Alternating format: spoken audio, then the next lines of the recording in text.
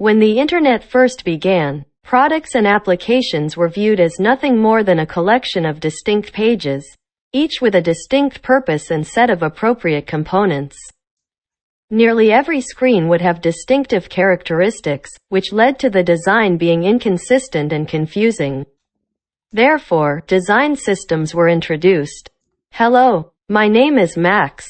Welcome to Design Talk. Just like the name, this channel will talk mostly about UI/UX design.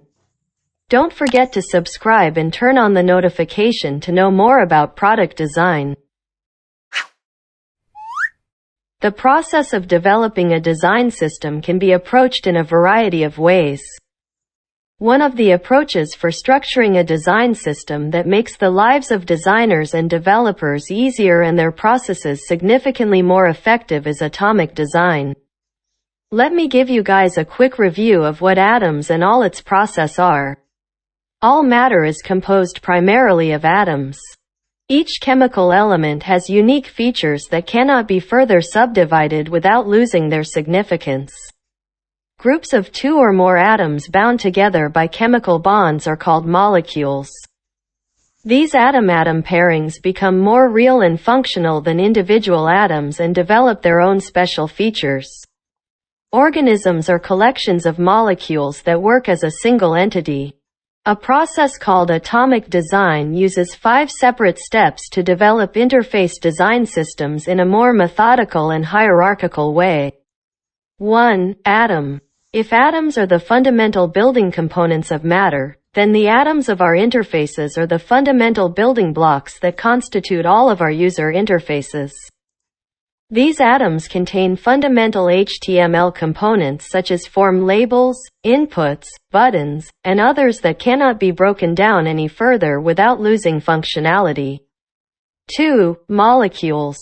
Molecules and interfaces are relatively basic collections of UI components that work together as a unit. A form label, search input, and button, for example, can be combined to produce a search form molecule. When these abstract atoms are united, they gain meaning. The input atom is now defined by the label atom. The form is now submitted by clicking the button atom. Consequently, a basic, portable, and reusable component may be plugged in whenever search capability is required. As a result, building basic UI molecules facilitates testing, supports reusability, and promotes uniformity across the interface. 3. Organisms. Organisms are rather sophisticated user interface components made up of groupings of molecules, atoms, and/or other organisms. These creatures create different interface parts. Organisms can be made up of similar or dissimilar molecular kinds. A header organism may have several features like as a logo image, principal navigation list, and search form. These creatures may be found on nearly every website we visit. From molecules to more complex species, designers and developers get a crucial sense of context. Organisms show those smaller, simpler components in action and serve as separate patterns that may be repeated. 4. Templates. Templates are page-level objects that include components' layout and express the underlying content structure of the design. To expand on our earlier example, we may use the organism heading then insert it into a homepage template. The fact that templates focus on the page's underlying content structure rather than the page's final content is a significant feature. Because design systems must account for the dynamic nature of information, it's particularly useful to clarify crucial component attributes such as picture sizes and character lengths for headers and text sections. Last but not least, pages. Pages are special examples of templates that demonstrate how a UI appears with actual representational content in place. Continuing with our previous example, we can take the homepage template and insert representative text, photos, and media to demonstrate genuine content in action. The page stage is the most definite level of atomic design, and it is critical for a variety of reasons. After all, this is what visitors to your experience will see and engage with. Your stakeholders will sign off on this. And it is at this point that all of those components come together to make a beautiful and functioning user interface. Now that you know stages of atomic design, we will now talk about the advantages of using atomic design. One of the most significant advantages of atomic design is the capacity to instantly switch between abstract and concrete forms. We can see our interfaces stripped down to their atomic elements while also seeing how those pieces combine to generate our final experiences. Here are other benefits of using atomic design. They enhance uniformity and continuity across the experience, as well as speeding up your team's workflow, saving time and money. They provide a more collaborative workflow among all disciplines participating in a project. They create a common vocabulary for everyone in a company, including outside vendors. They give useful material to assist stakeholders, coworkers, and even third parties in their education. They help with cross-browser, device, performance, and accessibility testing. They provide a future-proof framework for teams to change, expand, and build upon over time. Atomic design gives us a structure to travel between the pieces and the total of our UIs. Which is why it's important to emphasize that it's not a linear process. Consider the stages of atomic design to be a conceptual model that allows us to construct final UIs in their underlying design systems at the same time. Atomic design is sometimes misunderstood as an approach to web-specific technologies such as CSS and JavaScript.